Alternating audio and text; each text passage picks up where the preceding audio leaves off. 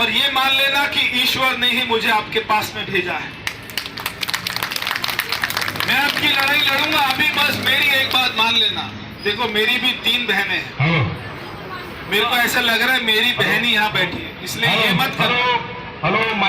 आप मेरे को पता नहीं कि कौन से क्षेत्र में रहते हो, कौन सी विधानसभा में रहते हो, कौन सी लोकसभा में रहते हो, मगर आप लोग दिल्ली में रहते हो और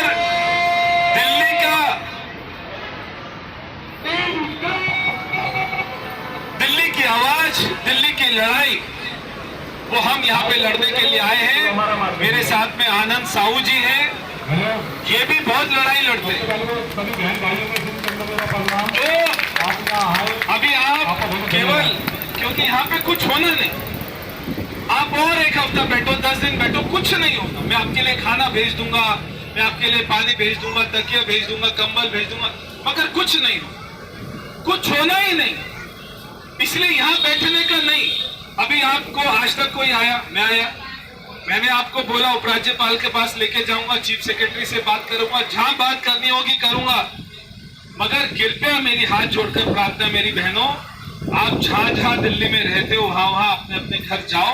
सब लोग इंतजार कर रहे हैं। देखो ऐसे बात नहीं बनेगी। अब आप ऐसे करोगे तो बात नहीं बनेगी। मैं आपको कह रहा हूं, क्योंकि आप यहाँ सो गए रात को, मेरे को नींद नहीं आने वाली।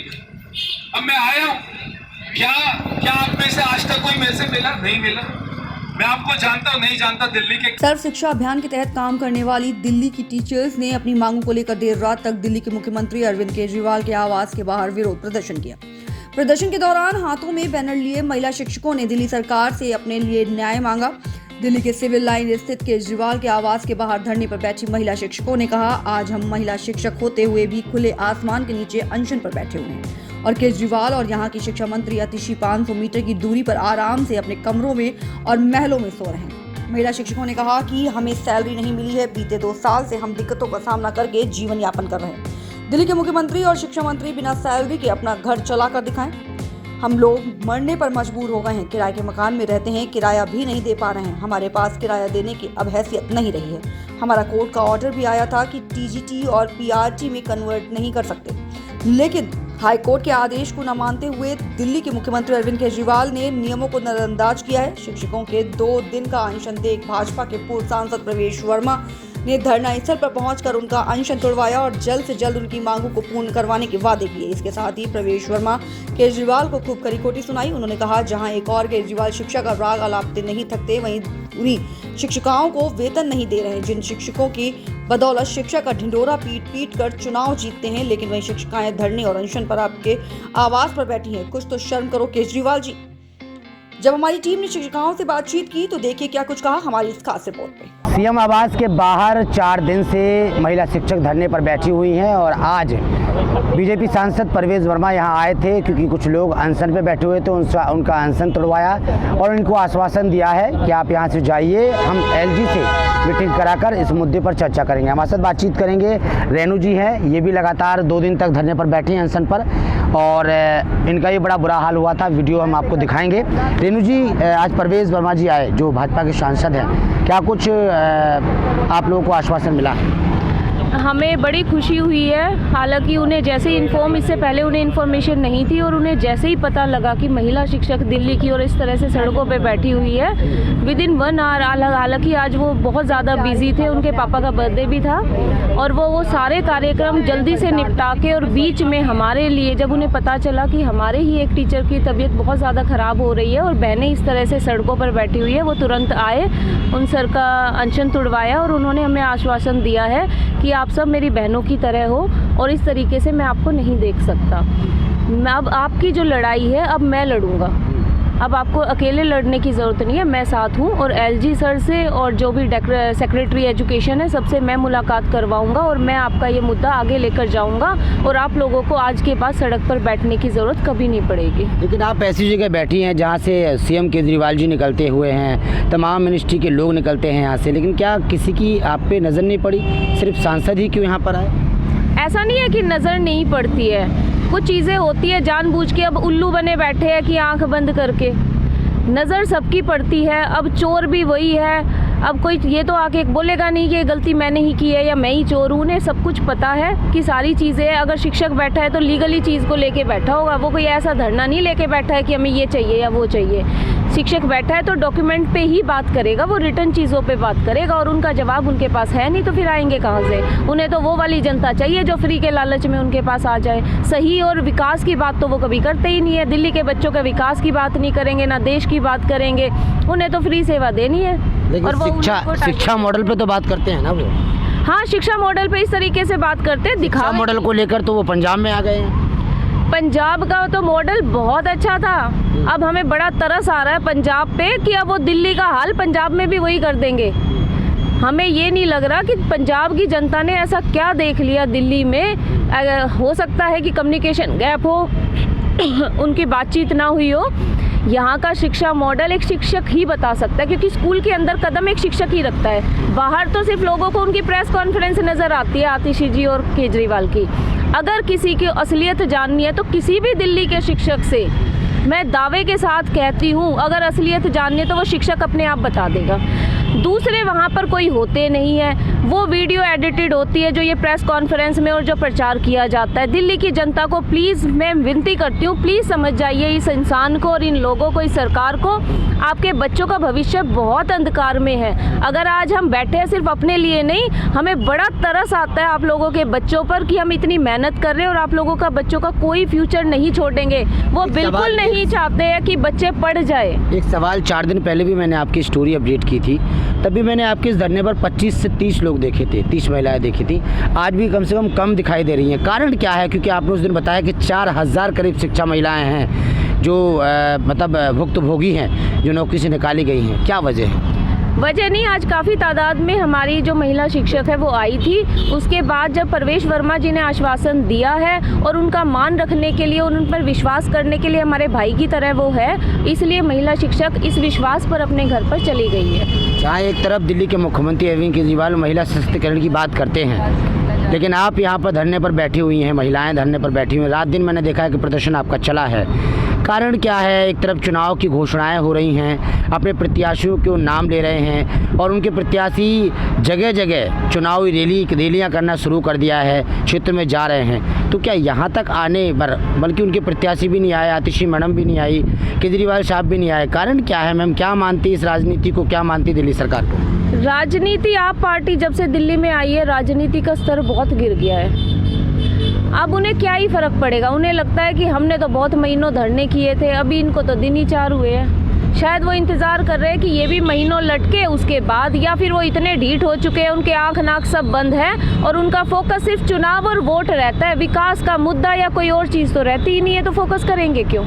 उनका मुद्दा है सिर्फ अपनी किसी तरह से पैसा बटेरो, चाहे वो एसएसए का पैसा खा जाओ, चाहे वो लिकर जो पॉलिसी है उनसे पैसा खा जाओ, और सारा पैसा खा के गबन कर लो और जनता को जाने दो भाड़ में। उनका उससे कोई मतलब नहीं है कि जनता रोती रहे, बिलखती रहे, कोई अपना हक मांगता रहे। उनका पेट भरा हुआ है तो सब कुछ ठीक है। क्या लगता है प्रवेश वर्मा जी आपके पास आए, आश्वासन दिया है, क्या मांग पूरी हो जाएंगी? हमें उन पे पूरा भरोसा है। वो आज के नेता नहीं है और ऐसा नहीं है वो किसी लालच से यहाँ पर आए हैं। वो उन्हें बुरा लगा कि महिला शिक्षक इस तरह से सड़कों पर बैठी रही है और हमें उन पर पूरा भरोसा है। भाई साहब, क्या नाम है आपका? मुनीराज है सर। क्या कहेंगे आप महिलाओं के साथ है धरने पर बैठे हुए? सर, हम लगातार 4 दिन हो गए हमें, मतलब दिन में और रात में लगातार हम शिफ्टिंग में आमरण अनशन पे, आज तक हमारा आमरण अनशन था। हमारे भाई थे तेजवीर सर, उनको हमारे माननीय सांसद प्रवेश वर्मा जी ने उनके हाथों से वो अनशन तोड़वाया और आज से हम उनके इस विश्वास में आके उन्होंने बोला है, लेकिन हमने जैसे सब साथियों ने विचार विमर्श किया है तो ये डिसीजन लिया है कि हम आज अनशन तो हमने भाई का माननीय सांसद के हाथ से तोड़वा दिया, लेकिन हम भूख हड़ताल श्रृंखला को जारी रखना चाह रहे हैं। ये हम सब साथी अभी बैठ रहे हैं और डिसाइड सर ने आपको आश्वासन दिया, उम्मीद है?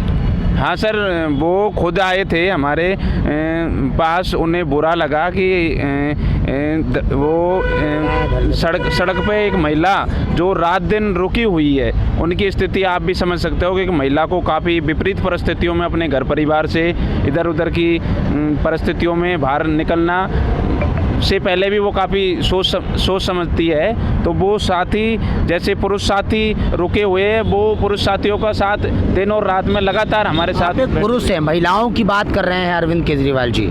अभी 1,000 रुपये देने की बात की थी महिलाओं को, क्या लगता है? लेकिन महिलाएं बेचारी सड़कों पर हैं। जहां दिल्ली में महिलाओं के साथ घटनाएं कभी भी घट सकती हैं, लेकिन यहाँ रात दिन महिलाएं रुकी हुई हैं, रात को रुकी हुई हैं। क्या लगता है रणनीति क्या है अरविंद केजरीवाल जी की, जहां नारी शक्ति की बात करते हैं? सर, उनकी ये चुनावी जो लॉलीपॉप योजना है, उससे मुझे एक कहावत नज़र आ रही है कि हाथी के दांत खाने के अलग होते हैं और दिखाने के अलग होते हैं। तो उनकी इस कहावत मुझे उनके अंदर एक तरह से कूट कूट के भरी नज़र आ रही है। वो मतलब उनके हाथी के दांत दिखाने के अलग है और खाने के अलग है। चुनाव जीतने के लिए इस तरीके की वो हाँ बिल्कुल सर, ये बिल्कुल सत्य है कि उन्होंने चुनावी जो जीतने की योजना के लिए, क्योंकि काफ़ी ऐसे योजना हैं जिन्हें उन्हें विधानसभा में उठाना चाहिए था, लेकिन उन्होंने बाकायदा एक तरफ तो उन्होंने बजट को भी डिले किया, और उन्हें उनका बजट डिले का कारण यही था कि वो ऐसी एक चुनावी लॉलीपॉप योजना लेके आए जो उनको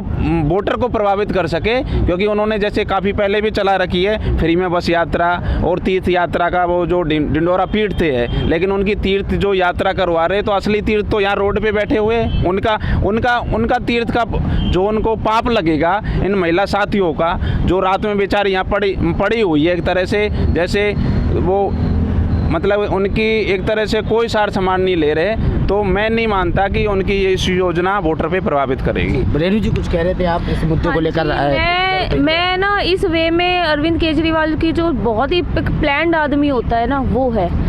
उन्होंने सोचा महिला सशक्तिकरण और मेरी 1,000 रुपए की जो ये पॉलिसी है वो कैसे चलेगी, इसलिए उन्होंने क्या किया, महिलाओं को पहले बेरोजगार किया और फिर 1,000 रुपये दूंगा, फिर 1,000 रुपये ज़्यादा लगेंगे, क्योंकि एक महिला जो कई 1,000 रुपये अपने दम पर आत्मनिर्भर होकर कमा रही है, उसके लिए 1,000 रुपये ज़्यादा नहीं है।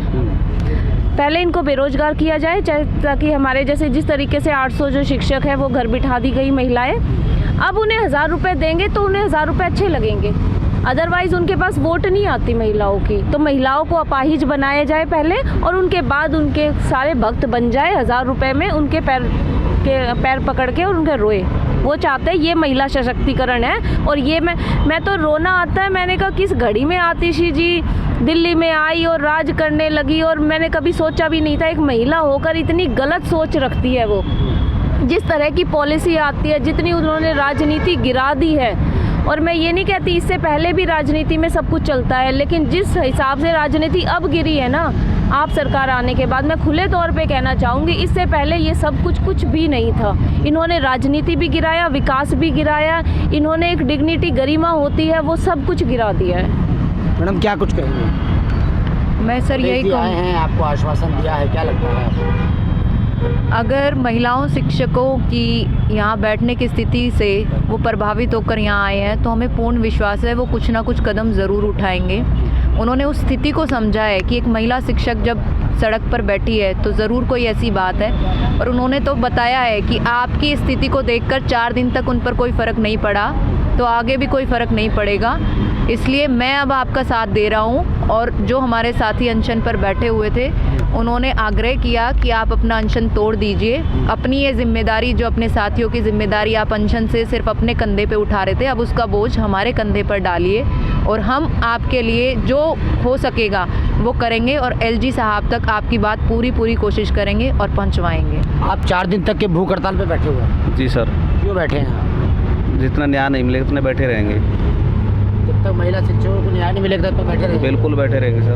ठीक है, मुख्यमंत्री से क्या कहना चाह रहे हैं? उनसे ये कहना चाह रहे हैं कि हमारी मांगें पूरी करो, हमारी मांगें पूरी करो।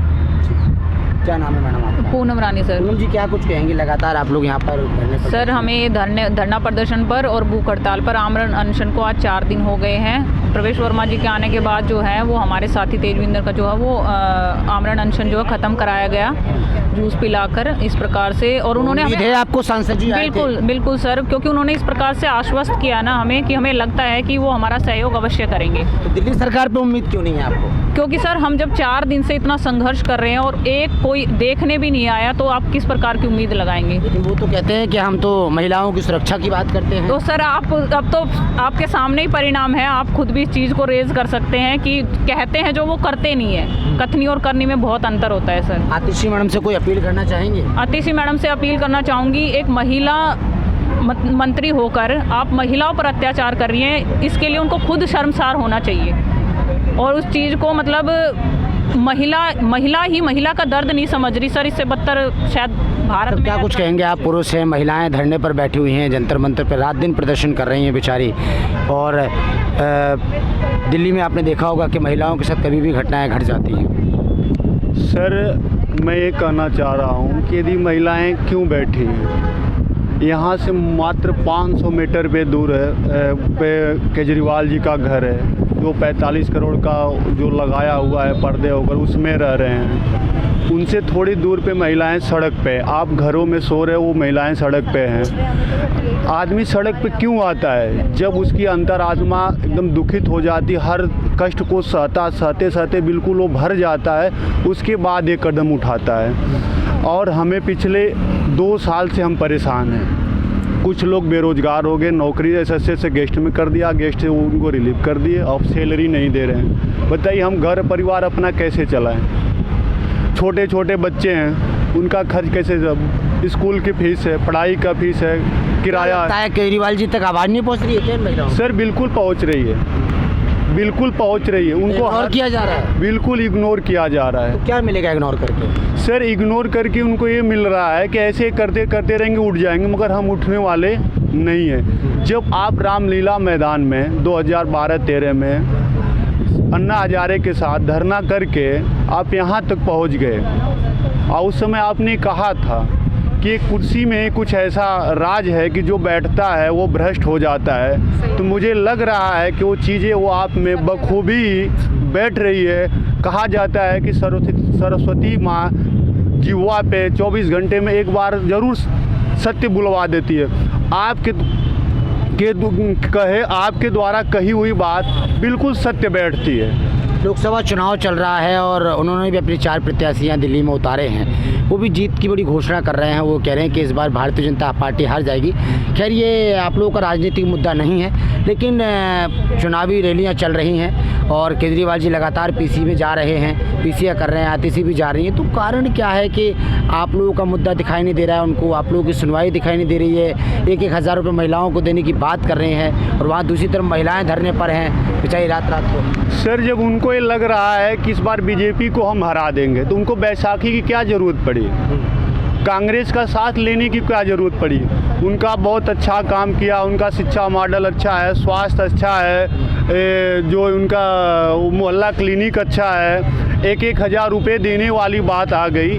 तो आपको कांग्रेस की साथ क्या पड़ी? इंडिया गठबंधन करने की क्या साथ पड़ी? आप अकेले चुनाव मैदान में आते, बीजेपी से मुकाबला करते या अन्य पार्टियों से करते। जिस कांग्रेस को आप कहते थे भ्रष्ट है, इतनी बड़ी लिस्ट लेके आप घूमते थे कि आते जेल में भेज दूंगा, उनके साथ आपने तो गठबंधन कर लिया। तो आपका तो जो उद्देश्य से, जिस उद्देश्य से आप आए थे, वो उद्देश्य से भटक गए। तो क्या आप मानते हैं चोर चोर मुसेरे भाई? सर बिल्कुल, इसमें कोई दो राय नहीं है। आप ये बताइए 1 हज़ार का लॉलीपॉप दे रहे हैं 18 साल से ऊपर जितनी भी महिलाएं हैं। जब आप तो वोट खरीद रहे हैं ना, डायरेक्ट और इनडायरेक्ट रूप से खरीद रहे, वोट तो खरीदने के लिए 1 हज़ार दे रहे, उनको तो रोजगार दो, उनको रोजगार दो अस्थायी रूप से। उनको क्यों अपाहिज बना रहे हो, पंगुल क्यों बना रहे हो आप? हमें रोजगार चाहिए ना। क्या जीतेंगे ये? सर हमें तो बिल्कुल संभावना नहीं है कि जीतेंगे। एक चीज़ मैं आप बता दूं, जहां भी हमारा 1 रुपया लगा रहता है वहां हमारा आत्मसम्मान होता है। आज इन्होंने डीटीसी में महिलाओं के लिए फ्री कर दिया है, अच्छी बात है। पुरुषों ने क्या कमी रख कर रखी थी? आपको करना था तो किराया कम कर लेते, तो दोनों को लाभ होता। एक चीज़, जो राजस्व डीटीसी से जो आ रही थी वो कम ना होता, वो गड्ढे में न जाती। जो राजस्व घाटा हो रहा, कहीं ना कहीं लोगों के ऊपर कर्ज तो बढ़ रहा है। तो मैं चाहे दिल्ली की सरकार हो या भारत सरकार हो, मैं सबसे कह रहा हूँ कि आपको देना है तो शिक्षा और स्वास्थ्य फ्री में दीजिए, उसके अतिरिक्त कुछ भी मत दीजिए। कि जब शिक्षा और स्वास्थ्य उसके पास होगा तो वो अपना आत्मसम्मान के साथ जिएगा, रोजगार दीजिए, सर्वांगीण अपने आप खोज लेगा। जब उसके पास शिक्षा होगी, स्वास्थ्य, स्किल होगा तो रोजगार तो अपने आप ढूंढ लेगा। जी आए हैं भारतीय जनता पार्टी के सांसद आप लोगों का समर्थन करने के लिए और अनशन तोड़वाया है, क्या लगता है, उम्मीद है? एलजी की बात की है उन्होंने? सर, उन्होंने एलजी साहब से मिलवाने का भी आश्वासन दिया है। उन्होंने बोला है कि हम आपकी समस्या, वो हमारी समस्या है। अब जहाँ तक कहते हैं कि डूबते हुए के लिए तिनका ही सहारा है, तो हमें 4 दिनों तक कोई आसपास हमारे नहीं दिखा। माननीय मुख्यमंत्री जी यहाँ से 500 मीटर की दूरी पे हैं, उनके लोग आते होंगे, जाके चले जाते, उनको पता है। मगर आपने एक अपना प्यून को भी भेज दिया होता कि कम से कम देख के जाते इनके क्या हाल चाल है। अनशन तोड़वा के आई है। अरे प्यून को भेज देता, अनशन की तोड़वाने की तो बात छोड़ दीजिए, आप एक बार भेज के तो देखते कि नहीं इनका क्या चल रहा है। सर, आपने बिल्कुल उचित नहीं समझा इनसे मिलना। तो कहते हैं कि डूबते हुए के लिए तिनका सहारा है। तो मान लीजिए हमारे सांसद श्री प्रवेश वर्मा जी ने हमारी बात कहीं से उनको पता लगे और आए और हमारे तेजवीर सर को 4 दिनों से लगातार आमरण अनशन भी अन्न जल बिल्कुल त्याग दिया था, उन्होंने तुड़वाया और उन्होंने आश्वासन हमको ये दिया है कि हम आपकी बात एलजी साहब से करेंगे, आपकी लड़ाई को हम लड़ेंगे, आपको बेरोजगार नहीं रहने देंगे। अब आगे देखते हैं ईश्वर क्या करेंगे, वो तो सब ऊपर है। चलिए, बहुत बहुत शुक्रिया आपका। तो सुना आपने, तमाम लोगों से बातचीत की है, महिला शिक्षक हैं, लगातार धरने पर बैठी हुई हैं। दूसरी तरफ पार्टियां चुनावी बिगुल बजा रही हैं और अरविंद केजरीवाल जी ने आपने देखा होगा कि 4 दिल्ली में प्रत्याशी उतारे हैं। कांग्रेस से उनका गठबंधन है, कांग्रेस के 3 प्रत्याशी हैं। चुनाव का माहौल है, चुनाव की तैयारी में लगे हुए हैं। लेकिन 500 मीटर की दूरी पर बैठी ये शिक्षक महिलाएं, इन पर दिल्ली सरकार के ना तो किसी अधिकारी की नज़र पड़ी, ना ही शिक्षा मंत्री आतिशी की नज़र पड़ी और ना ही अरविंद केजरीवाल जी इधर देखने आए। लेकिन भारतीय जनता पार्टी के सांसद परवेज वर्मा यहाँ आए और जो अनशन पर लोग बैठे हुए थे उनका अनशन तोड़वाया और आश्वासन दिया कि बहुत जल्दी हम एलजी से बात करेंगे और आप लोगों की मीटिंग कराएंगे और इस मुद्दे पर हम चर्चा करेंगे। उन्होंने ये भी कहा कि अरविंद केजरीवाल जी आपके इस मुद्दे को कभी ख़त्म नहीं करेंगे और ना ही कभी आप लोगों से मुलाकात करने आएंगे, क्योंकि वो कह रहे हैं कि मैं जानता हूँ अच्छे तरीके से अरविंद केजरीवाल जी को। लेकिन अब क्या होने वाला है आगे, कब तक इनकी मांग पूरी होगी, क्या ये शिक्षक दोबारा से इनको नौकरी मिलेगी, क्या इनकी सैलरी मिलेगी, ये तो आने वाला वक्त बताएगा। कैमरा